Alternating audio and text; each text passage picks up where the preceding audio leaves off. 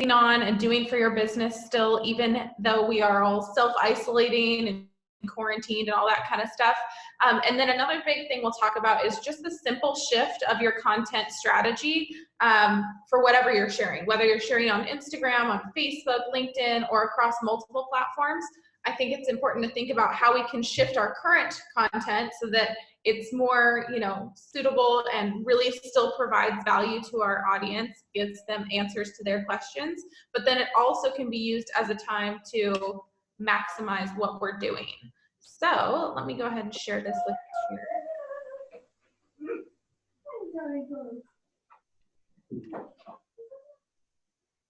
here. Okay.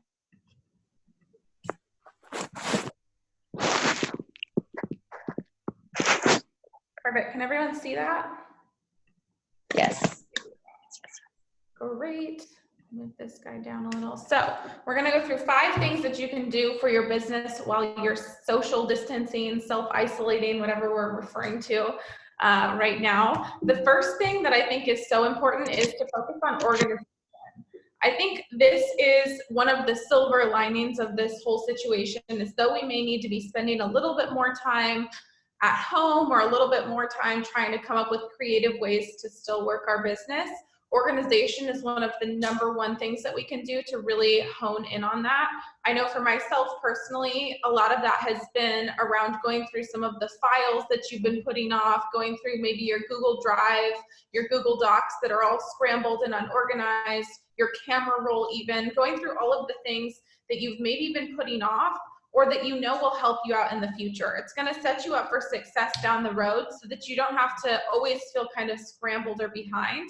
And I think the organization can be both virtual and in person. Obviously, it's great to also go through maybe your home office or some of the other things about your life that if you organized would feel much better and help you feel more streamlined going forward into as we progress out of this kind of interesting conditions that we're in right now. The other part of organization for me is understanding the business side of it. So I've noticed a lot of times different agents that I've interacted with, that I've talked with, or that have gone through one of my coaching programs, a lot of times what I realize is that not everybody has a super clear view of what it looks like from start to finish. From the second somebody expressed interest in being a client of yours, what does that cycle look like? Now, obviously, there are different things that come into play with each and every transaction. That's what keeps it fun and different, is that it's always unique and we run into all kinds of different hiccups nearly every single time. But I think it's very important to understand and organize that process for yourself. It's going to be a combination of the standard set of processes from the second somebody reaches out to you or expresses interest, to warming them up as a lead, to having those initial conversations, to ultimately turning them into an active client, and then the process of getting them to close. So we need to identify really clearly what all of those steps are, not only for ourselves, but what we would like them to be. And then I break them down into 4 categories that take it a step further. So I look at what are the things that only I can do, what are the things that I could delegate to somebody else, what are the things I could outsource, and what are the things that I could eliminate altogether. And when that comes back to social media, I always find that there are a lot of ways that we can automate and sort of streamline the process. Like some of the #1 objections I hear as far as why we're not as active on social media as maybe we should or could be is typically not focused around a lack of knowledge or lack of skill set. It's more so figuring out how to fit that time into your schedule and justify it as something that's still going to move the needle forward in your business. So the way that I like to look at that is thinking of what those different main tasks are. In order for me to be successful in building my brand online, sharing things on social media, and continuing to pump out content, what do all of those steps look like? What are all the pieces of that puzzle? And then from there, you can go ahead and take it to the next step. You can outsource things to a virtual assistant, to an intern. You can be organizing your content, which is actually our second step here, which is creating content. This is the perfect time to sit in your house, film a bunch of videos, do a whole little recorded series. You could shoot some photos. You could stock up on blog posts or write out all of your e-newsletters for the year even. You can take all of these times to make sure that you're stocking up on all of this kind of stuff. And once we get through these 5 steps, I'll show you a content strategy that I personally use and that I've taught to many others, which is to help you create 30 pieces of content in a day. The reason that I like to use that kind of strategy is I'm a huge fan of keeping things simple and maximizing my time. If anybody can relate, I know sometimes I wake up, I start doing my things for the day, I blink and it feels like the day has ended. And I look back and I'm like, oh my gosh, what even did I get done today? Because there's so many different things that we need to accomplish. So I think it's that much more important to make sure that you're getting ahead of the game, you're preparing and you're planning ahead by creating and stocking up on stuff. So content is a perfect thing to be doing right now.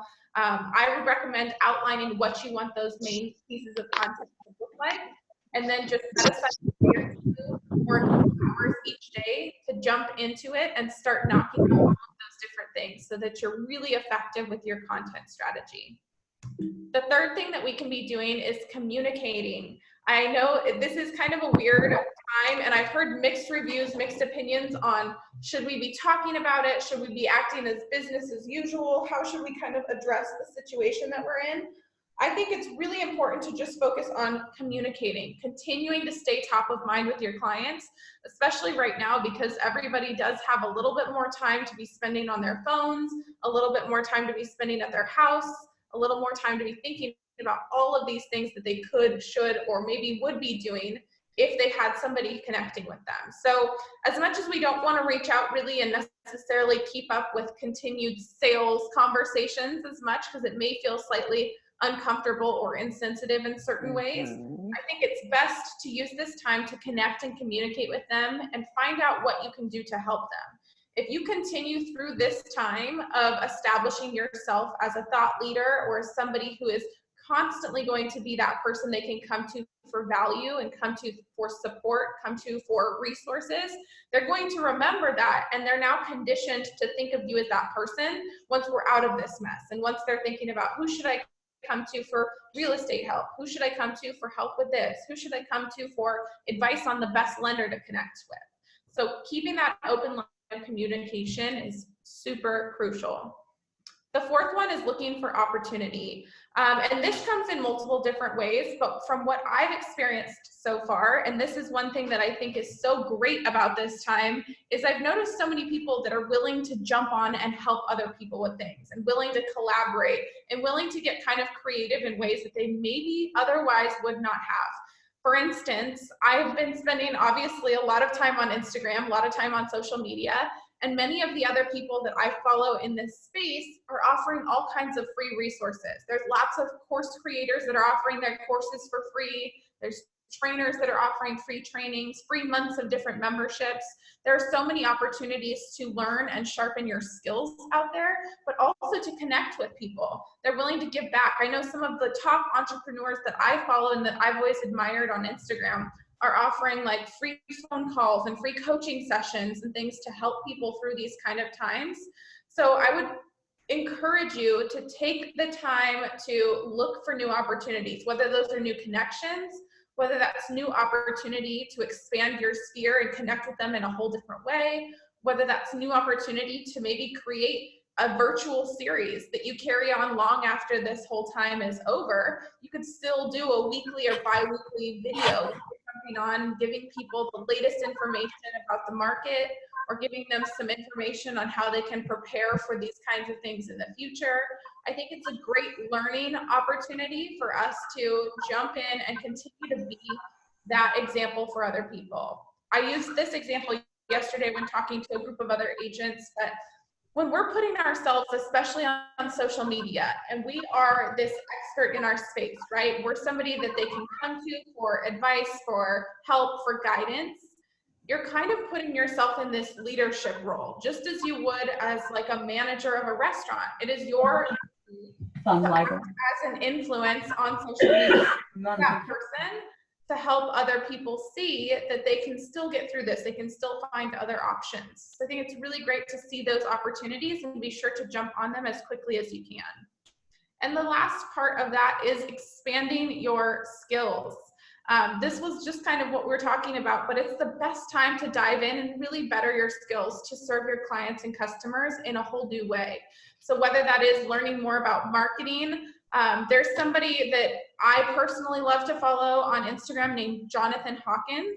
He's very, very recognized for real estate marketing. He does a lot of the same and similar things that I do, but I know he's offering all free access to his like courses and memberships and programs, which I think he normally charges thousands of dollars for. And all of his are based around teaching you how to do ads, how to do retargeting, how to do all of these kinds of things that maybe you've thought about, maybe you've heard about, maybe you've seen somebody selling these services to you, but haven't always had the time to learn it yourself or haven't wanted to invest the money to do it yourself. So you've got those two different options to dive in and really expand your skills for yourself and focus on how you can really hone in and provide additional services or additional help and expertise to your clients.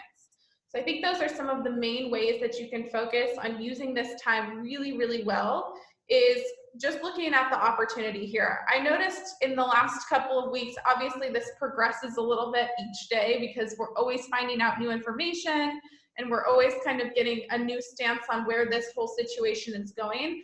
But at first I noticed a lot of people just sort of taking it as a little bit of a break, as a little bit of the time to sit back, maybe take your vacation, lay on the couch a little bit, relax.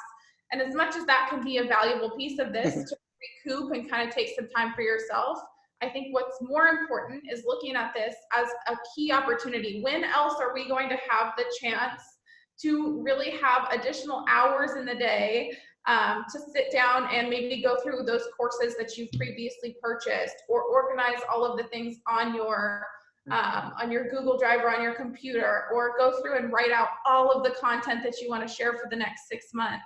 It's such an awesome window of opportunity to jump in and prepare yourself for the future.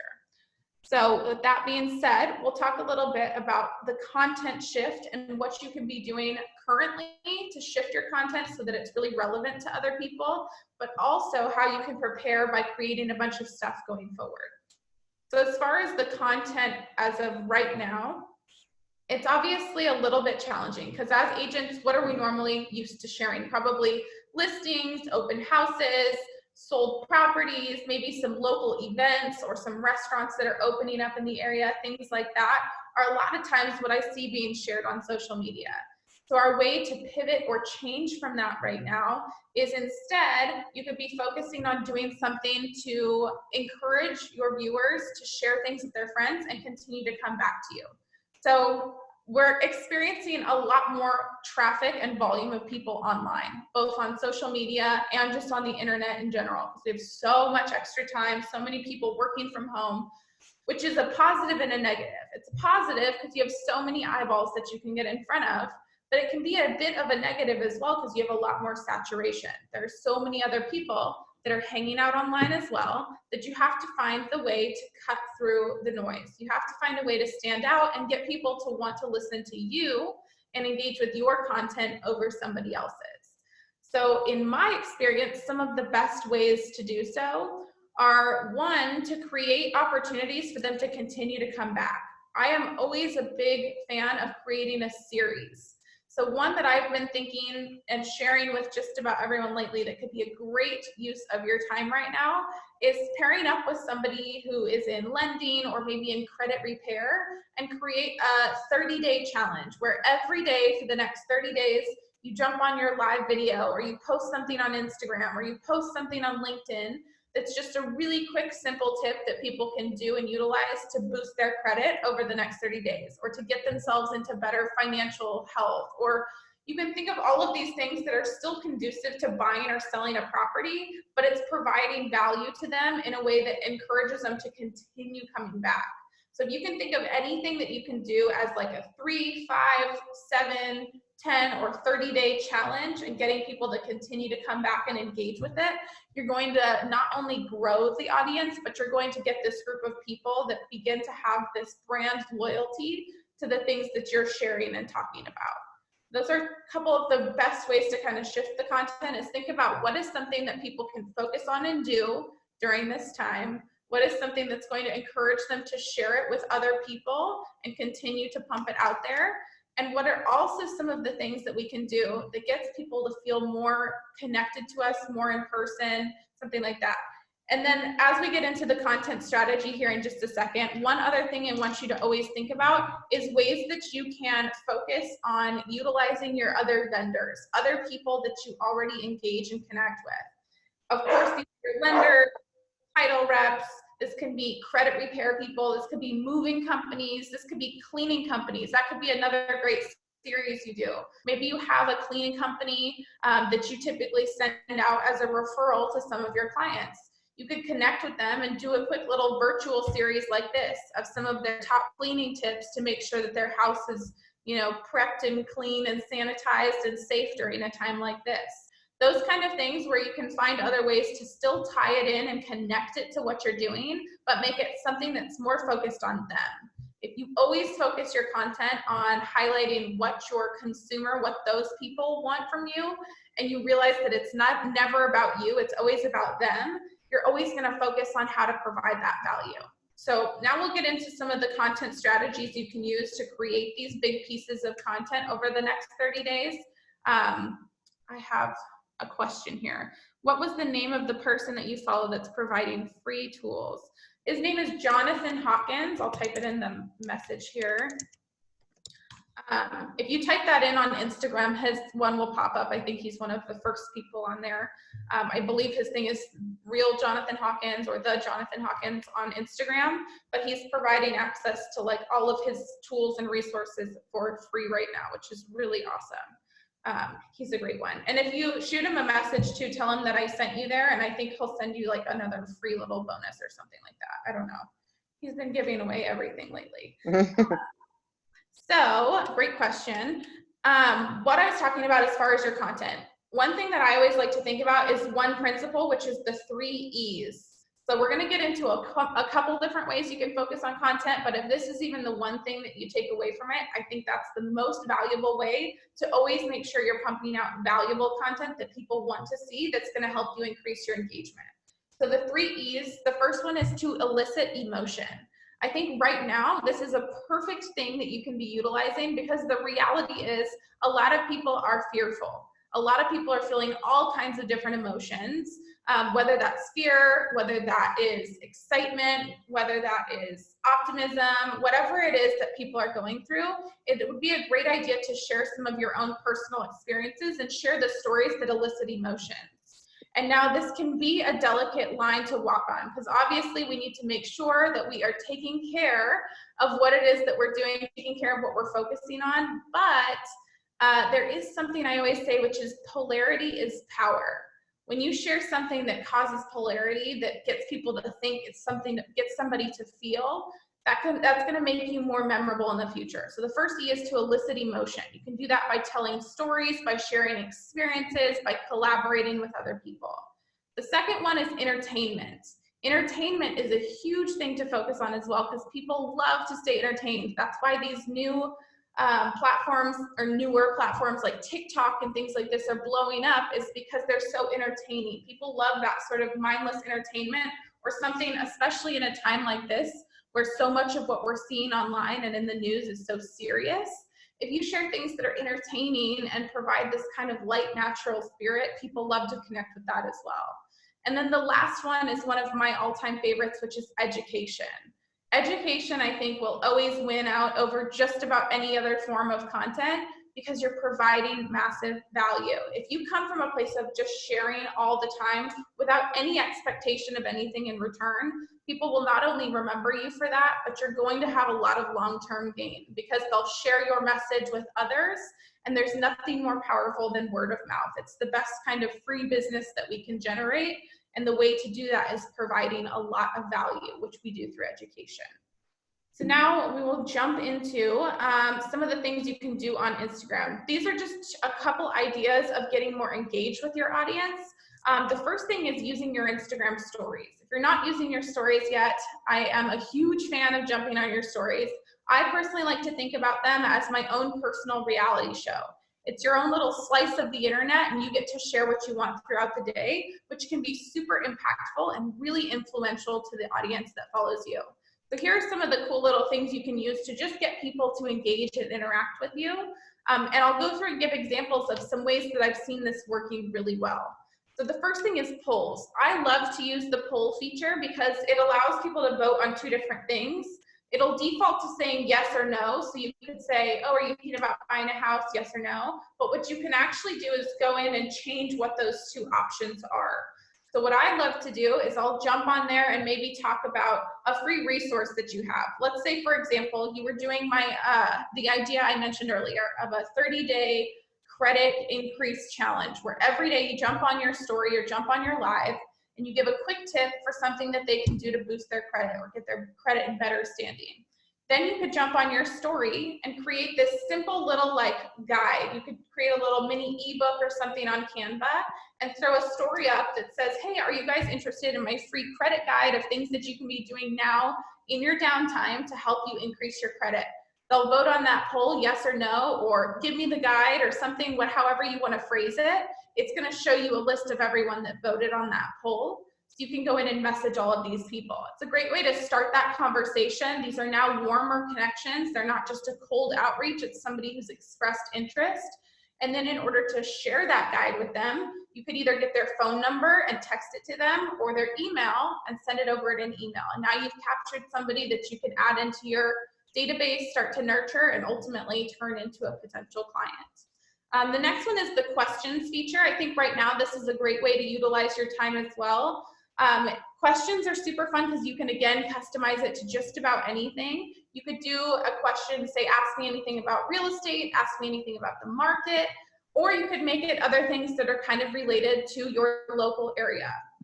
One thing that I've seen working really well is you could throw your questions feature up and say, what are some of your favorite local restaurants that are still providing takeout in this time? And you'll get all of these people responding and engaging with you on that question. And then you can create a document and share that on social media. I had somebody who did this obviously before we were in isolation, but she asked all of her followers on both Instagram and Facebook what some of their favorite dog-friendly patio restaurants were, because it's the perfect time of year to be sitting outside. She got a ton of responses on all of her social media platforms. She then took all of those answers, threw it on a cute little guide. So she had this little flyer. She sent that out as direct mail to all of her clients. She posted it on all of her social media platforms, and she sent it out to everyone who had sent in their concept. So now she's just started and generated like 50 to 75 new conversations for herself that obviously were related about local findings, but it's just opening those doors for more conversations and more connections. Gifts are obviously just kind of a fun way to dress up your story a bit, make it a bit more engaging. They're those little moving stickers you can add on there. The quiz feature is also a bit of a newer one that's a lot of fun to utilize.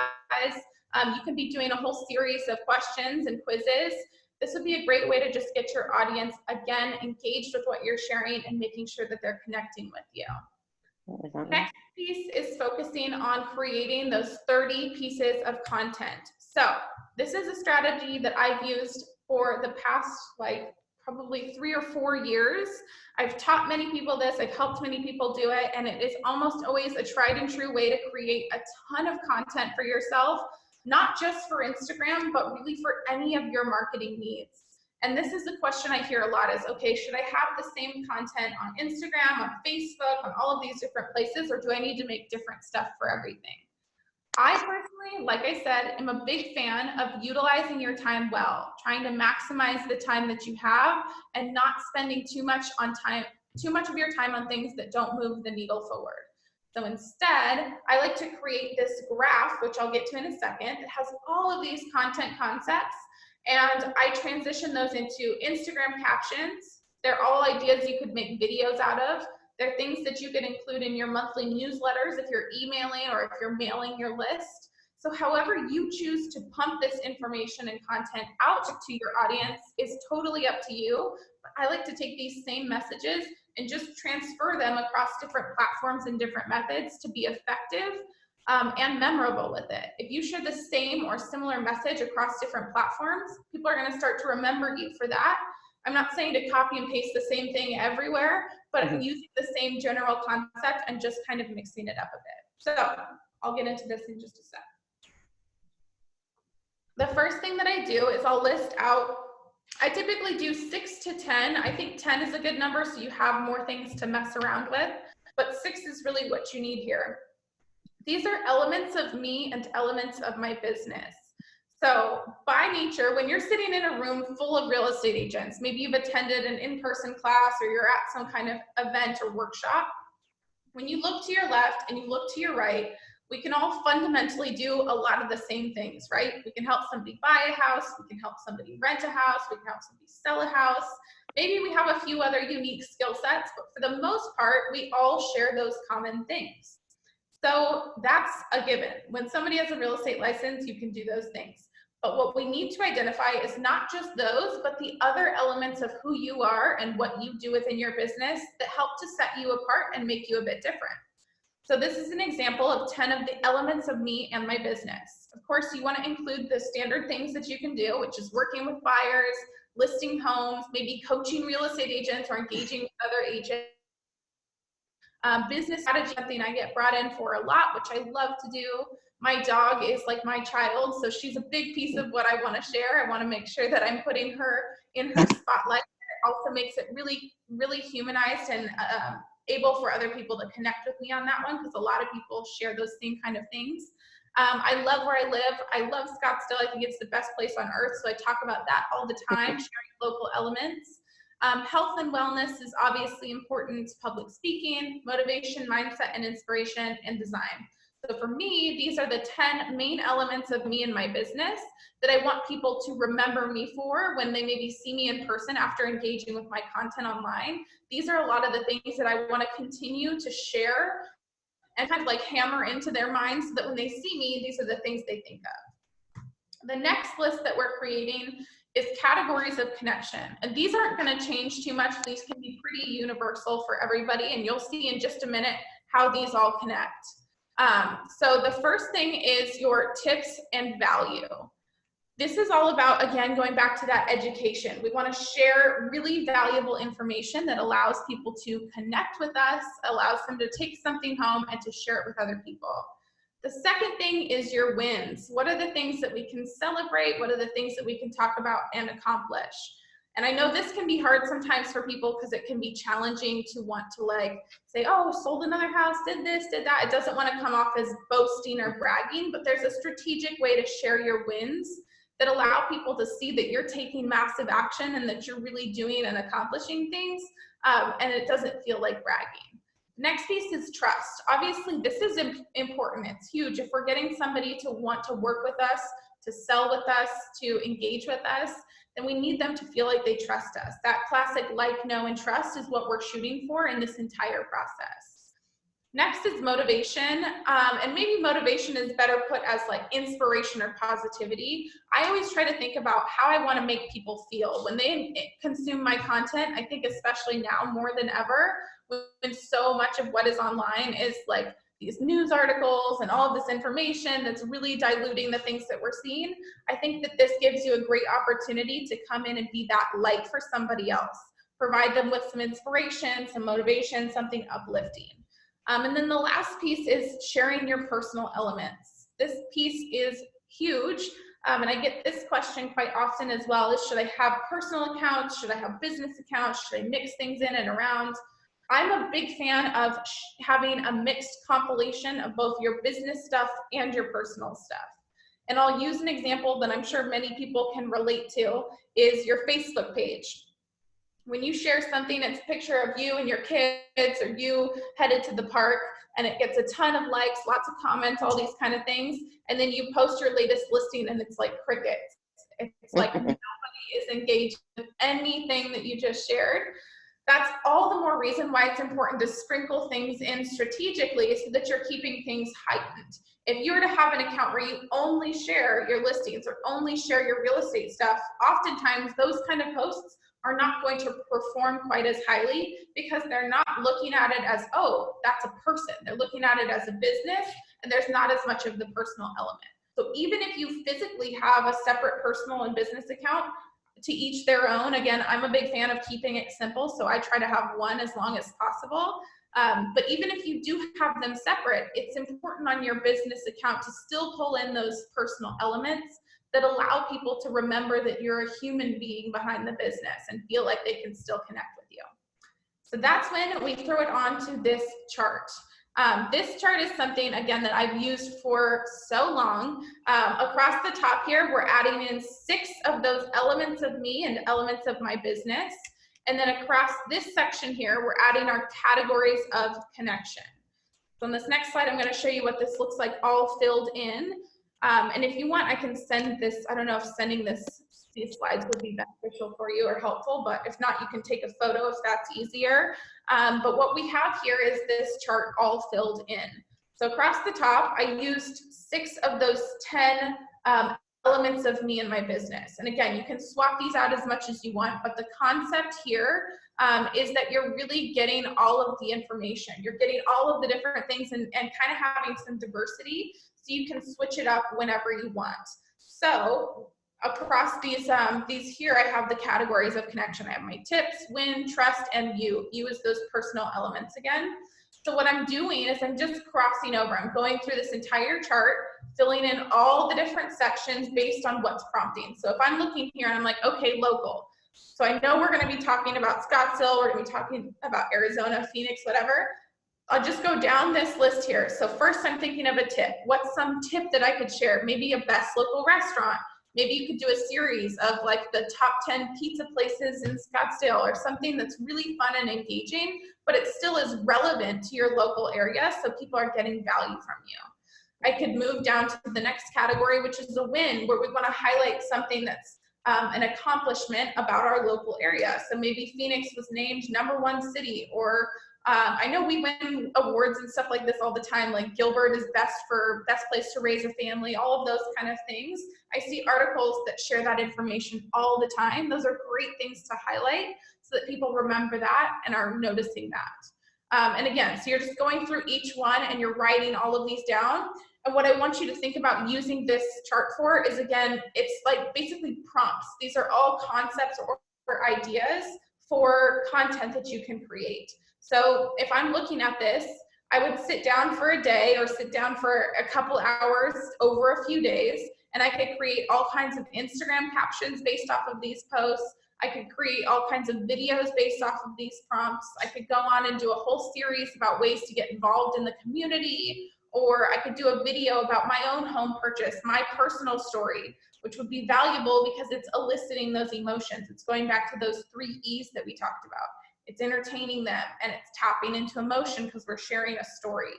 So this is my personal strategy that I've used and that I've helped many other people implement. And it's a great time now to start using this. To sit down, use a chart like this, create it for yourself, and start building a stockpile of captions to share, of posts for Facebook, of articles that are relevant to these different things that you could share on your LinkedIn, of little sections that you could write in your newsletters or that you could mail out to your list. So it's a really great transferable way to use this across all platforms in your entire marketing strategy. My personal favorite is Instagram. I think especially right now, it's the best place to highly engage with your audience and to share these kind of things in a way that's really valuable. The Instagram platform has made it really easy to share and send things to other people and to deliver content in multiple different ways. So you could take this same thing, share it as a post on your feed, and then also jump on your story and say, hey guys, I just made a post about getting involved in the community, 5 things that you can do right now to get involved and to start giving back to the community. Go check it out. So you can really kind of cross promote yourself within the platform, which is why I think it is the most powerful one right now. But I will leave you with one last thing that I think is important to note. And that's a quote that I've always loved that goes, start from where you are with what you have. If right now you have not been doing anything on social media, anything on Instagram, anything on Facebook, you don't want to jump in and shoot for the stars with 10 posts a day. You're going to burn yourself out. It's not going to be consistent and it's not going to be sustainable.